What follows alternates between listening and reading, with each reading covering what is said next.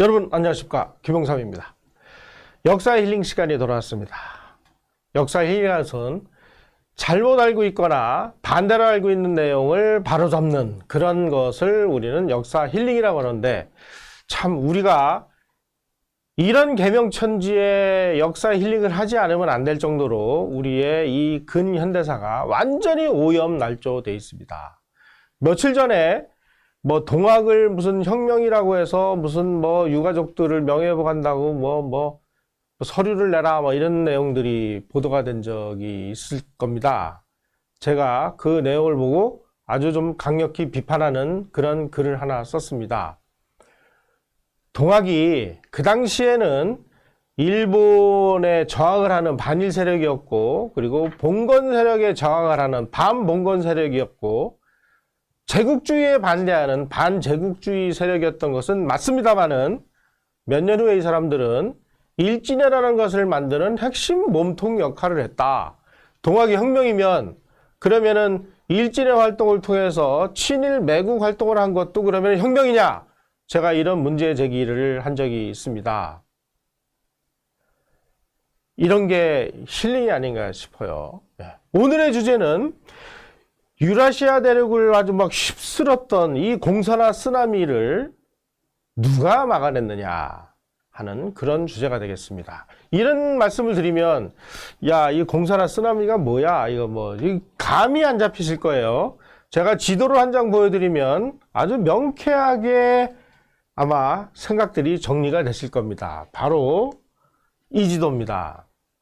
2차 세계대전 이후에 이 공산주의 국가 소련이 점령을 한 지역이 모조리 공산화가 됐습니다. 이건 다 이제 소련 본토고, 이쪽에 동독, 루마니아, 불가리아, 기타 등등, 그 다음에 탄자 들어가는 카자흐스탄, 키르기스스탄, 우즈베키스탄 다 공산화됐고요. 몽고 공산화됐고, 중국 공산화됐고, 인도 차이나 반도 공산화됐고, 그 공산화의 물결이 38선 이북에 소련이 점령을 했던 북한 지역까지 완전히 쓰나미처럼 공산화가 됐습니다. 기적적으로 바로 요 38선 부근 휴전선에서 이 공산화 쓰나미가 정지가 됐습니다. 이게 누구의 덕이냐 하는 것을 밝히는 것이 오늘의 강의 주제가 되겠습니다. 다시 앞으로 돌아가도록 하겠습니다. 자, 우리가 이 공산주의를 반대해야 되는 이유가 있습니다. 공산주의란 무엇이냐? 자신들이 정권을 잡기 위해서 혁명을 일으키든 폭동을 일으키든 쿠데타를 일으켜서 현존 질서를 파괴하는 것이 바로 공산주의의 존재 이유입니다. 그러면 공산혁명이란 뭐냐? 인간이 인간을 착취하는 제도를 폐지한다는 명목으로 수단과 방법을 가리지 않고 악착스럽고 무자비하게, 그리고 비타협적으로 권력을 탈취하는 행위를 공산혁명이다, 이렇게 얘기를 합니다. 그래서 이 사람들은 권력을 탈취하기 위해서 먼저 공산당을 조직을 해서 당주위에 대중을 끌어들인 다음에 결정적 시기를 택해서 상대를 파괴합니다. 공산혁명 과정에서 이렇게 수많은 사람들이 끔찍하게 살해를 당하는 일들이 비일비재하게 벌어집니다. 우리가 반공을 해야 되는 이유는 공산주의자들로부터 죽지 않기 위해서 반공을 하는 겁니다, 여러분. 재산 뺏겨, 직업 뺏겨, 모든 것을 다 빼앗기고 나중에는 목숨까지 빼앗아가는 것이 바로 이 공산주의의 본질이다 하는 것을 이 킬링필드에 있는 이 해골을 보면서 우리는 처절하게 느끼셔야 됩니다. 공산주의자들이 그럼 왜 이렇게 그냥 사람을 죽이고 끔찍하게 하느냐? 간단합니다. 공산주의의 아주 원조라고 할 수 있는 마르크스가 뭐라고 얘기했느냐? 지배계급들로 하여금 공산주의 혁명 앞에서 전율케 하라. 전율케 하기 위해서 사람을 죽여도 아주 잔인하고 끔찍하게 죽입니다. 바로 여수순천 반란 사건이 일어났을 때 요즘에는 여수순천 반란 사건이라고 얘기도 못합니다. 무슨 뭐 여순 11구 사건이다 이렇게 얘기를 해요. 아니 반란을 일으켰으니까 반란 사건이라고 얘기도 못하게 합니다. 얘기도. 이런 것이 문화대혁명 아닙니까? 바로 그 여수순천 반란 사건이 일어났을 때 반란군들이 이 반란에 저항하는 경찰들을 어떻게 죽였느냐. 바로 목에다가 밧줄을 건 다음에 그 밧줄을 차에다가 묶습니다. 그래가지고 비포장도로를 계속 끌고 다닙니다. 살아있는 사람을. 그래가지고 이 목이 너덜너덜해질 때까지 끌고 다닙니다. 이런 식으로 죽이는 잔인한 처형 방법은 여수순천에 있는 공산당들만 그런 것이 아닙니다.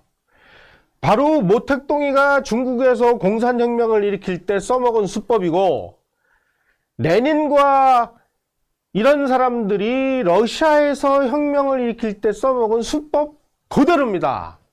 그것들을 아주 교범처럼 가지고 와서 이런 식으로 지배계급들 하여금 공산주의 혁명 앞에서 전율케 하기 위해서 이런 식으로 끔찍하게 죽이는 것이죠. 따라서 남의 것을 빼앗기 위해서는 폭력을 행사해야 되고, 폭력이 행사되는 곳에서는 반드시 사람이 죽고 다치는 피가 흐르게 되어 있습니다. 따라서 공산주의는 폭력과 피의 재단 위에 서 있는 파괴적인 이데올로기다. 그렇기 때문에 우리는 공산주의를 반대하고 공산주의를 막아내야 되고 공산주의를 이 지구상에서 없애야 되는 이런 과제를 안고 있는 것입니다. 바로 이 20세기 공산당 정권의 박해로 인해서 사망한 사람이 얼마나 많은지 이 도표를 보시면 아실 수 있을 겁니다. 뭐 소련 2천만 명, 중국 8천만 명, 뭐 이런 식으로. 끔찍하죠. 이런 공산주의 국가를 해방 후에 세웠어야 된다고 주장하는 그런 사람들이 지금 이 남한 땅에 넘쳐나고 있다는 사실이 무엇을 얘기하는지 참으로 참 억장이 무너집니다. 자, 공산당의 테러 전술의 핵심은 상대를 파괴하기 위해서 협박, 공갈, 납치, 살인, 기타 무자비한 폭력적 수단을 동원해서 공포 분위기를 조성을 합니다. 적과 그 동조자들의 투지를 꺾거나 약화시켜서 공산주의에 대항하지 못하도록 만들기 위해서입니다. 공산주의의 본질은 속임수입니다. 왜 속임수냐? 공산주의란 것은 뭐 민중해방, 개풀 뜯어먹는 소리입니다. 자기네들이 권력을 잡기 위한 것이 목적입니다. 자기들이 정권을 잡기 위해서 승리하기 위해서 철저한 속임수로 싹 그 위장을 합니다. 대중들을 공산당으로 끌어들이기 위해서 거짓말을 해야 되고 거짓말을 하다 보니까 자신들의 주장을 아주 교묘하게 이중적인 구조로 숨겨놨습니다. 오늘날 북한이 쓰는 민주주의와 우리가 흔히 쓰는 민주주의가 완전히 다르다는 사실을 여러분들은 아셔야 됩니다. 우리가 민주주의 얘기하면은 자유민주주의 그리고 천부적인 인권 이런 것이 보장되는 것이 민주주의입니다. 북한이 얘기하는 민주주의, 공산당이 허락하는 것만 할 수 있는 것이 바로 북한식 인민민주주의입니다. 하지만 이 사람들은 그런 것들을 드러내지 않기 위해서 아주 뭐 위장전술, 언어의 혼란전술 이런 데는 아주 도 같은 사람들입니다. 따라서 이 공산주의의 본질은 아주 계획적이고 의도된 속임수 체계다. 자기네들의 궁극적인 목표인 정권 장악을 위해서 폭력과 선전선동을 무기로 삼고 있습니다.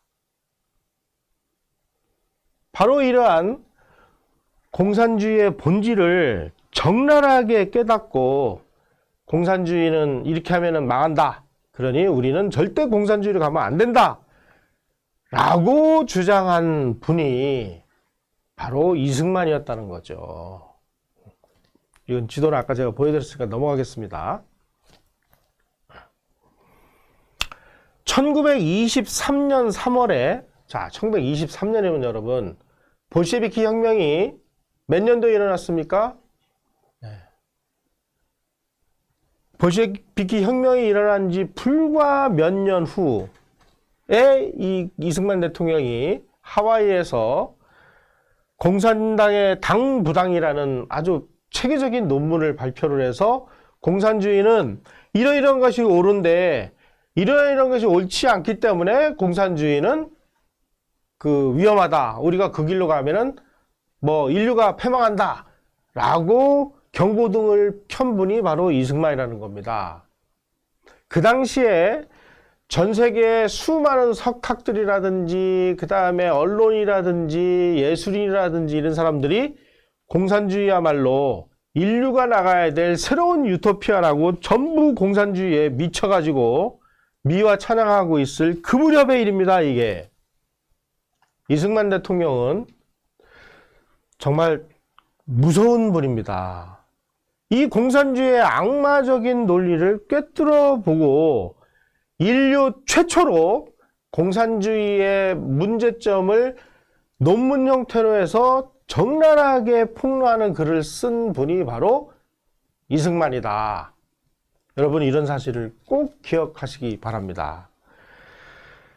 공산주의의 싸움에서 당대 최고의 이론적인 기반과 승리의 비법을 보유한 이승만이었기에 반공을 위해서 그때 우리가 일제시대를 거치면서 일제시대 때 뭐 군인을 했던 사람들, 일제시대 때 경찰에 종사했던 사람들, 이 사람들을 동원하고 유엔을 설득을 하고 미국을 설득을 해가지고 이런 사람들을 조직화해내가지고 우리가 6.25를 막아냈고 그리고 이 전쟁을 휴전으로 끝내고 나가려고 하는 미국을 붙잡고 한미 상호방위조약을 체결을 해서 바로 아까 제가 보여드린 이 공산화 물결을 휴전선에서 막아낸 분이 바로 이승만이기에 우리는 이승만이라는 분을 연구를 하고 공부를 하는 것입니다. 우리가 이승만을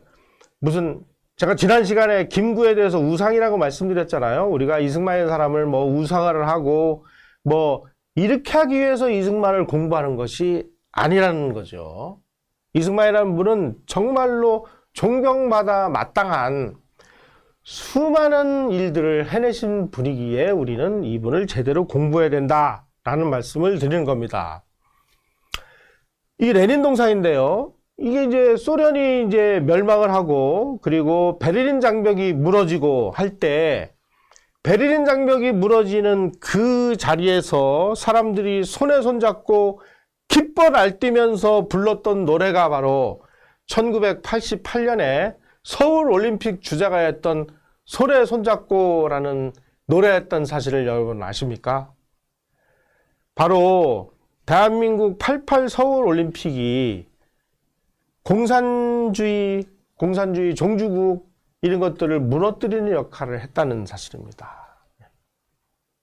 이승만 대통령은 그 당시에는 대통령이 아니었죠. 1923년이니까 공산주의를 원래 자유롭게 되기를 원하는 인간의 본성을 거역해가며 국민을 지배하려는 사상체계라고 정의를 했습니다. 이런 이념을 따르는 정치는 반드시 실패할 것이다 라고 공산주의가 탄생을 해서 볼셰비키 혁명을 성공시킨 지 불과 3, 4년 후에 야 니네들 망할 거야 이놈들아 하고 아주 예언에 찬 확신을 하셨다는 거죠. 바로 이러한 이승만의 공산주의 비판은 60년이 더 지나서 고르바초프 시절에 소련이 멸망함으로써 역사적으로 증명이 된 겁니다. 이렇게 증명이 된 그런 공산주의, 사회주의 이런 거를 지금 이 땅에서 해야 된다고 이렇게 밑전할 뛰는 사람들이 우리 주위에 넘쳐나고 있습니다. 그 사람들은 공산주의, 사회주의라는 말을 다 바꿉니다. 뭐 민족, 민주, 뭐 해방이라나 뭐라나 이상한 용어를 붙여가지고 장난들을 치고 앉아 있습니다.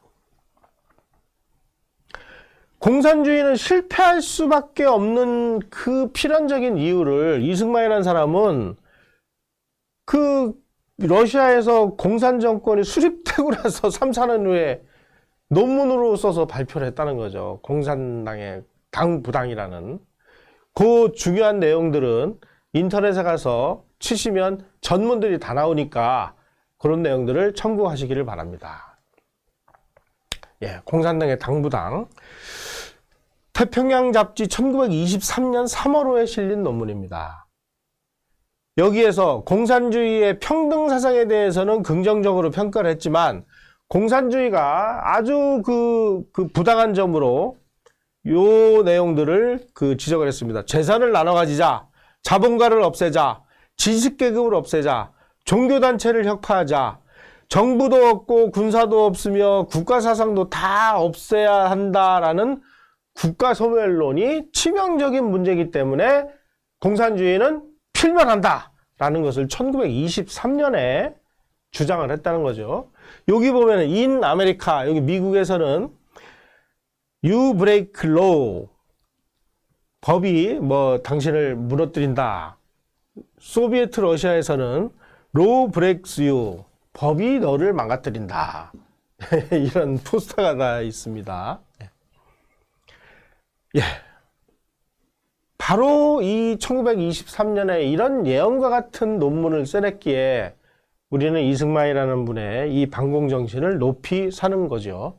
또 2년 후에 1925년 7월 태평양 잡지에 공산주의라는 논문을 발표를 합니다. 이 공산주의라는 논문은 23년에 발표한 것보다 훨씬 더 구체적이고 아주 학문적으로 공산주의를 비판하고 있습니다. 한 6가지 정도로 비판하는데 이게 내용이 너무 길어서 제가 그 한 가지만 말씀을 드리겠습니다. 첫째, 공산주의와 사회주의가 세상에 큰 복리를 끼칠 것이므로 사람마다 다 이 주의로 나가야 된다라는 주장이 있는데 이 주장이 얼마나 엉터리냐? 이것이 복이 될지 해가 될지 누가 아느냐? 아직 실험도 안 해봤는데 다른 나라들은 이것저것 시험하다가 이게 아니면은 폐기 처분하면 되지만 우리는 이것을 시험하다가 실패하면은 큰일 나니까 이런 거 함부로 시험하는 것이 아니다. 우리가 급히 할 것은 먼저 남들이 다 시험을 치러서 이것이 안전하고 이것이 인류가 나가야 될 길이라는 것이 다 확실히 밝혀진 다음에 그때 가도 늦지 않는데 너희들 왜 이러는 거야? 이 주장을 하는 겁니다. 이런 식으로 공산주의의 환상에 대해서 아주 낱낱이 아주 부정을 하고 비판을 하는 그런 논문을 1925년 7월호에 실었습니다. 바로 이 무렵이면은 어떤 때냐?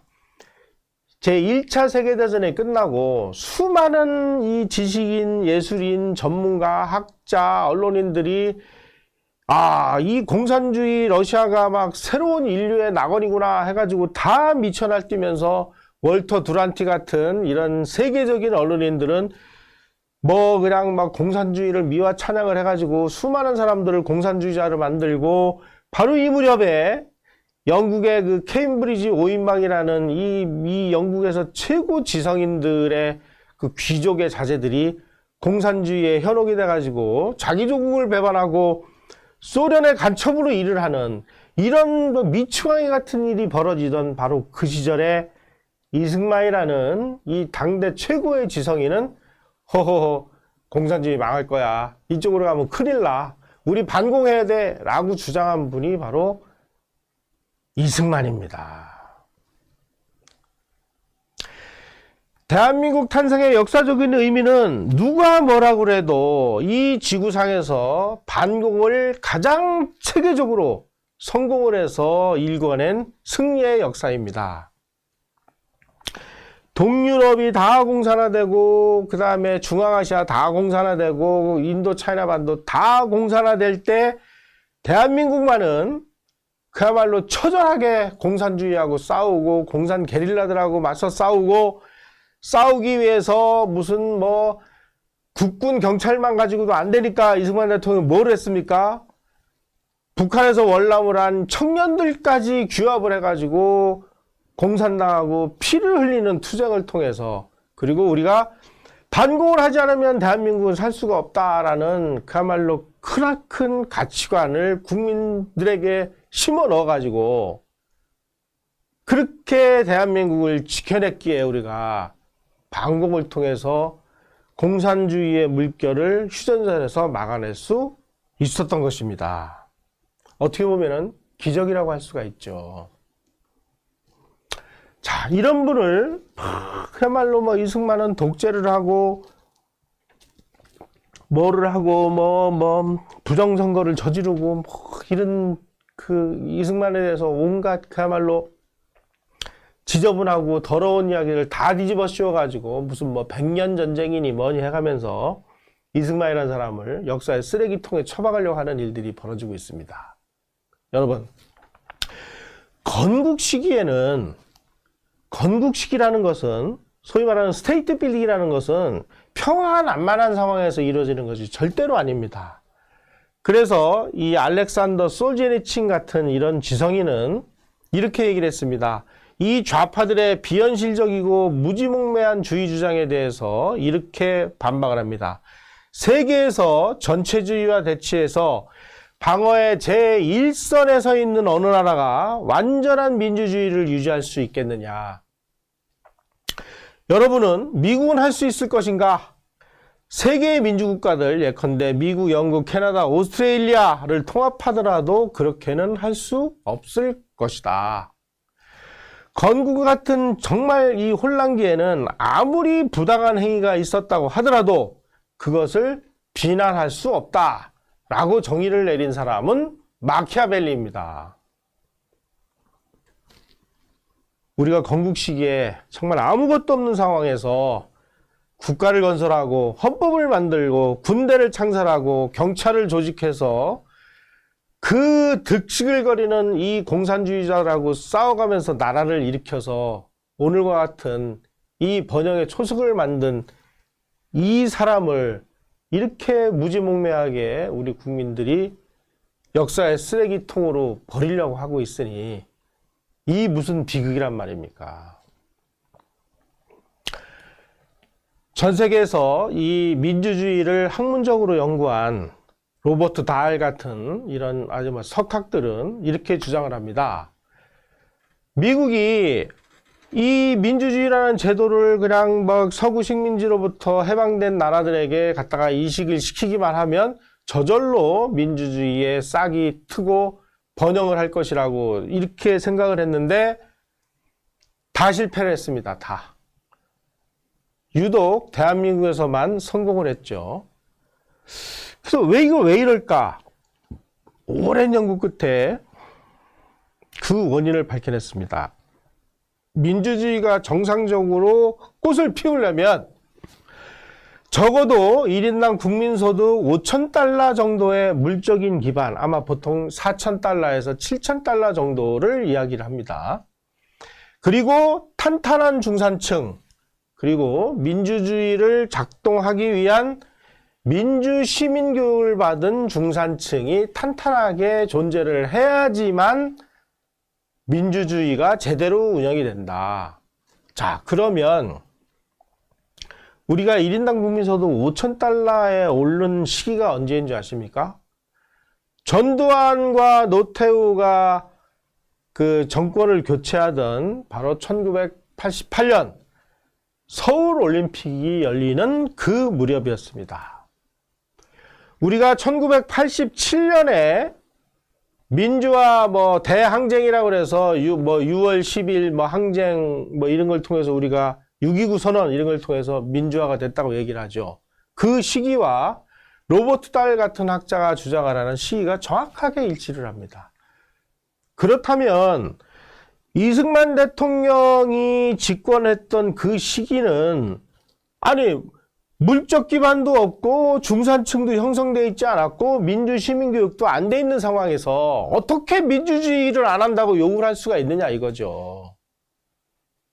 이승만 시대야말로 정말 공산 세력과 국가 전망을 놓고 생존투쟁을 벌이면서 공산주의를 찍어 누르고 이 대한민국을 건국하는 데 정신이 없었던 그 시기입니다. 그런 분에게 너 서구 민주주의에서 얘기하는 그런 그 완벽한 민주주의를 왜 안 했어? 그러니 너는 독재자야! 이렇게 얘기를 하는 것은 거대한 지적인 사기이자 그야말로 인격 살인이다 라는 점을 저는 말씀드리고 싶습니다. 누가 뭐래도 대한민국의 역사는 반공에 살아있는 역사입니다. 그런데 지금 우리의 모습은 어떻습니까? 지금 체제를 바꾸려고 하는 이상한 일들이 지금 벌어지고 있지 않습니까? 총칼 없는 내전이 진행되고 있지 않습니까? 이 총칼 없는 내정에서 자유민주주의를 수호하려고 하는 사람들이 과연 승리를 할 수 있겠느냐? 저는 있다고 믿습니다. 우리가 그런 신념과 확신으로 우리가 싸우려면 우선 정신적인 무장이 필요하고, 그리고 이런 사기극을 벌이는 저 사람들의 사기극을 맞받아칠 수 있는 지적인 무기를 우리는 가져야 됩니다. 지적인 무기를 가지려면 공부하는 수밖에 없습니다. 이승만 TV 열심히 시청해 주십시오. 애국하는 길이고 승리하는 길입니다, 여러분.